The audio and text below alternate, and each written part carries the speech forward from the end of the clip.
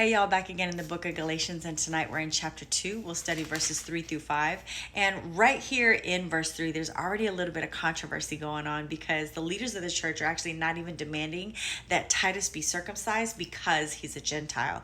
Now, I don't really have the theological understanding of why circumcision was like the thing, but I do know that in verse 4, the only reason why circumcision was even on the table was because of these Jewish teachers, or what Paul calls them, some of these so-called believers, the false ones really.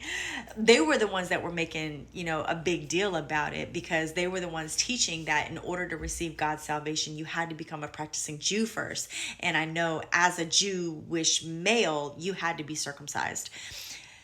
So the latter part of the verse, he says they wanted to enslave us and force us to follow their Jewish regulations. And the thing about having human standard or human conditions put on God's salvation shows that even people in morally right or morally upright and respected positions have their own agenda, because they're basically saying, in order to be a part of the family of God, you got to go through me first. You got to do the things that I say are important, and then you can receive what it is that God has for you. And that's absolutely incorrect. We can go straight to God right there on our knees, standing in the middle of the kitchen doing dishes, and you can receive the salvation of God right where you are, because Jesus will show up and he will meet you where you are.